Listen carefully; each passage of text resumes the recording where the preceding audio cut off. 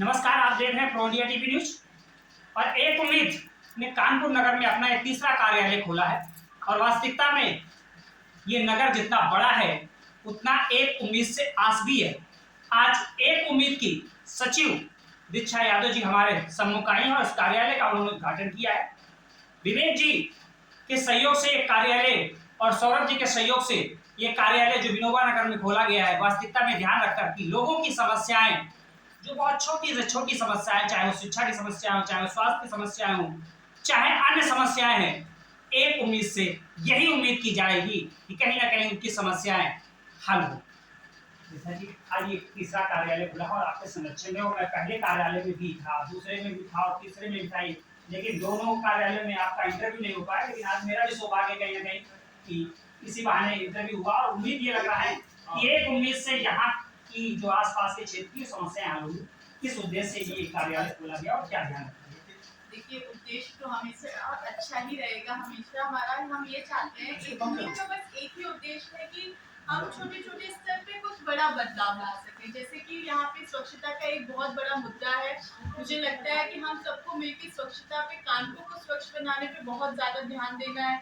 यहाँ पे ट्रैफिक की बहुत समस्या है, शिक्षा की बहुत समस्या है। जैसे कि जो झोपड़पट्टी में बच्चे रहते हैं, एनजीओ चल भी रहे हैं तो उनमें कोई वर्क नहीं कर रहे हैं। मैडम, एक प्रश्न आता है, जैसे इस समय विद्यालयों को कम विद्यार्थी आ रहे हैं तो उनको इंक्लूड करके 2 विद्यालयों को 3 विद्यालयों को इस मार्ग पर कहीं ना कहीं एक उम्मीद से भी एक आस बनती है कि बच्चों को, चूंकि विद्यालय बंद हो रहे हैं, 5 बच्चे आ रहे हैं, 10 बच्चे आ रहे हैं, तो हमें लग रहा है क्योंकि जिस तरह आपने मैनपुरी में और इधर इटावा साइड में बहुत सारा काम विद्यालयों में जा जाके जागरूक करके किया है, तो ये उम्मीद भी कहीं ना कहीं हम लोगों के दिमाग में बन रही है। क्या कहना चाहेंगे इससे? पहली बात तो ये बहुत ही निराशा का विषय है कि स्कूल बंद हो रहे हैं। देखिए, हम कितना भी सहयोग कर ले, पर जो एक सिस्टम से चीजें होती हैं वो हम उस लेवल पे अभी वर्क नहीं कर सकते। स्कूल बंद होना बहुत ही निंदनीय है।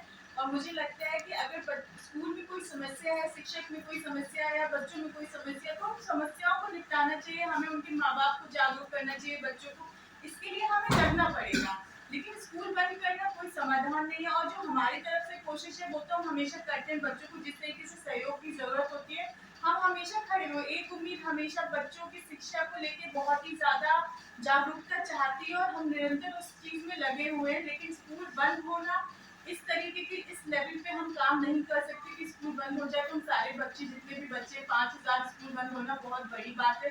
और किसी भी देश और प्रदेश के लिए बहुत ही शर्म की बात है कि स्कूल बंद हो रहे हैं।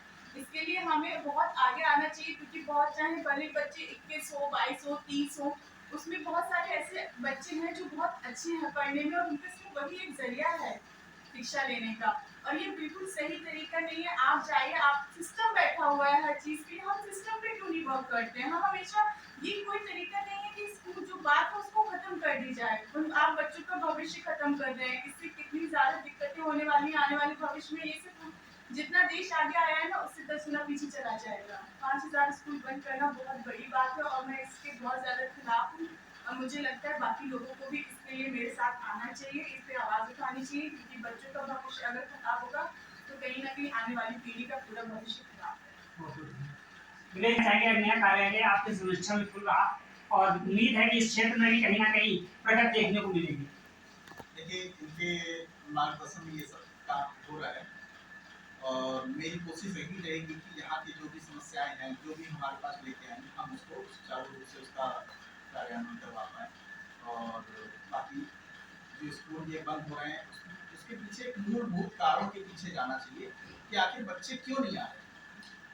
और बच्चे नहीं आ रहे तो अपने पास इतना प्रशासन, शासन सब कुछ है, तो इसके मूलभूत उस पर जाना चाहिए, ना कि स्कूल बंद कर दीजिए। सही, जैसा कि हमारे राष्ट्रीय सचिव ने बोला है, बंद करना ऑप्शन नहीं। आपके पास साधन है और कोई सीमित साधन नहीं है सरकार के पास, काफी साधन है। ना रुपए की कमी है, सिर्फ सोच की और नियत की कमी है। अगर सोच और नियत ये सही कर लेंगे तो ये स्कूल बंद करने का ऑप्शन नहीं है। स्कूल बढ़ाने चाहिए, स्कूल बढ़ाइए, एजुकेशन बढ़ाइए, एजुकेशन पे खर्च करिए। कोई ये सरकार की मंशा दिखाई नहीं दे रही है। कोई भी सरकार हो, किसी भी सरकार के लिए सिर्फ एजुकेशन होना चाहिए, जो कि बहुत कमी है। सिर्फ एजुकेशन पे ध्यान दीजिए सरकार, देश की उन्नति को कोई नहीं रोक सकता, कोई नहीं रोक सकता। धन्यवाद। वास्तविकता में एक बात निखर के आई, एक उम्मीद ने आस लगाई कि अगर सभी लोग एक समूह बना लें और कहीं ना कहीं एक जनरूपता दिखे तो निश्चित ये जो बंद हो रहे हैं स्कूल ये फिर से प्रारंभ हो सकते हैं और एक उम्मीद से भी यही आस करते हैं। बने रहे प्रौढ़ टीवी न्यूज के साथ। धन्यवाद।